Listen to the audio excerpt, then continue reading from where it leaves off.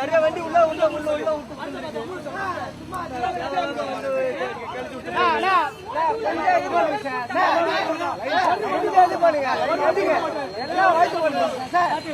நீ என்ன பண்ணியே பண்ணி எந்த வண்டியும் விட மாட்டேனா பாத்துக்கலாம் லைட் ஆயில இருந்து நிக்கிறேன் வந்து எல்லா வண்டியும் போய் வச்சிருக்காங்க எப்படி விட முடியும் 5 மணிக்கு 9 மணி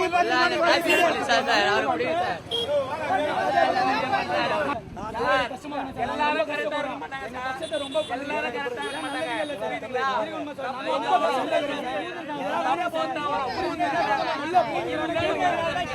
அவர் நடந்து தெரிஞ்சா அவர் நடந்து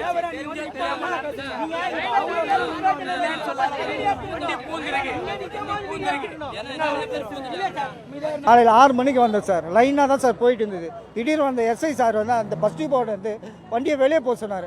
அதுல இருந்து முன்னாடி இந்த வண்டியில் முன்னாடி இந்த வண்டிங்களா முன்னாடி இந்த வண்டிங்களா வந்து எல்லாம் முன்னாடி வந்துச்சு.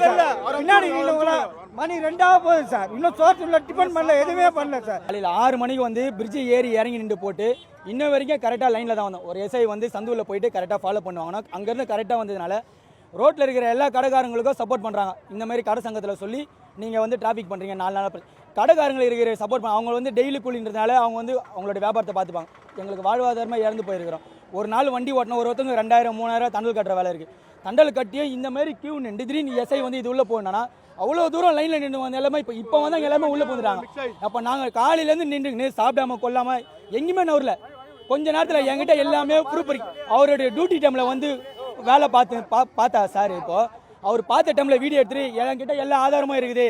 என்கிட்ட எல்லாமே எங்கள் வண்டி எல்லாமே கரண்டில் இல்லாத வண்டி இருந்தால் நீ கேஸ் போட நாங்கள் பயப்படலாம். எல்லாமே பக்காவாக வச்சுருக்கிறோம். கேஸ் போட இப்போ இவ்வளோ தூரம் லைனில் நின்று கேஸ் போடுறாப்புல அந்த எஸ்ஐ. அப்போ எங்களோட கஷ்டம் உங்களுக்கு தெரியல. கேட்டால் கடைக்காரங்களோட கஷ்டத்தை நாங்கள் புரிஞ்சுக்கிறோம். உங்கள் கஷ்டம் தேவையில்லை எங்களுக்கு. அப்படியே ஓப்பனாக பேசுகிறார் சார் அவர். அப்போ எங்களோட நிலைமை சார், எங்களோட நிலைமை நீ வண்டி ஓட்டாமல் இவ்வளோ நேரம் லைனில் நின்று வரோம், கேஸ் போடுறாப்புல ஃபோட்டோ பிடிக்கிறேன். நாங்கள் என்ன அக்யூஸா சார்? நாங்கள் நீங்கள் சொல்லுங்கள். இதை நம்பி தானே பொழப்பு ஓட்டுறோம். இதை நம்பி தானே சார் எல்லாமே நாங்கள் குடும்பத்தை ரன் பண்ணுறோம். இவ்வளோ தூரம் யாருமே சாப்பிடல சார். ஒரு பங்கில் 92 ரூபா 100 ரூபா 110 ரூபான்னு விற்கிறாங்க. இந்த பங்கில் 84 ரூபா 39 காசுன்றதுனால தான் இங்கேருந்து 5 கிலோமீட்டருக்கு தூரத்தில் நாங்கள் லைனில் நிற்கிறோம். அதை கரெக்டாக ஃபாலோ பண்ணல சார். நாங்கள் ஆப்போசிட்டில் பாருங்கள் சார், பங்கில் ஒன்றுமே கிடையாது. அங்கே 100 ரூபானாலும் ஜனம் கிடையாது. இங்கே 84 ரூபாய்க்கு இவ்வளோ தூரம் நிற்கிறேன். அந்த 15 ரூபாய்க்கு சார் 500 ரூபாய் கேஸ் போட்டால் ஒரு 100 ரூபாய் 80 ரூபா மிச்சமாகறனால தான் இத்தனை கிலோமீட்டர் லைனில் நிற்கிறோம். அதை கரெக்டாக ஃபாலோ பண்ணி போலீஸ்காரன் நம்மளுக்கு பாதுகாப்பு ஒன்றுமே கிடையாது. இவ்வளோ வண்டி நீங்கள் நடுவில் கழிச்சுட்டு போய் திருப்பி பஸ்ஸில் வந்து வாங்க. பஸ்ஸில் வந்து நான் எப்படி சார் பஸ்ஸில் வந்து வர முடியும்? நீங்கள் சொல்லுங்கள். ஒரு நைட்டு ஃபுல்லாக இங்கே இருக்க முடியுமா? நேற்று நைட்டு